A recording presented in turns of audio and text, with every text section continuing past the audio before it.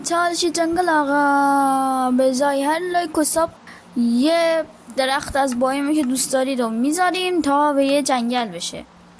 درخت درخواستی شما بود، درخت ترکیبی ندر و آبی و قرمز، یه درخت قرمز ندر.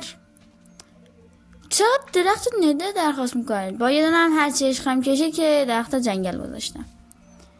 آره اینا رو هم گذاشتم که مثلا درختش ایناست. آره این پورتال هم گذاشتم مثلا من از اینا کشیدمشون بیرون مثلا.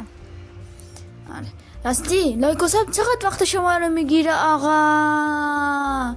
یه لایک و ساب نمی کنی آقا؟ اینا رو گذاشتم که مثلا طبیعی بشه، طبیعی، میدونی؟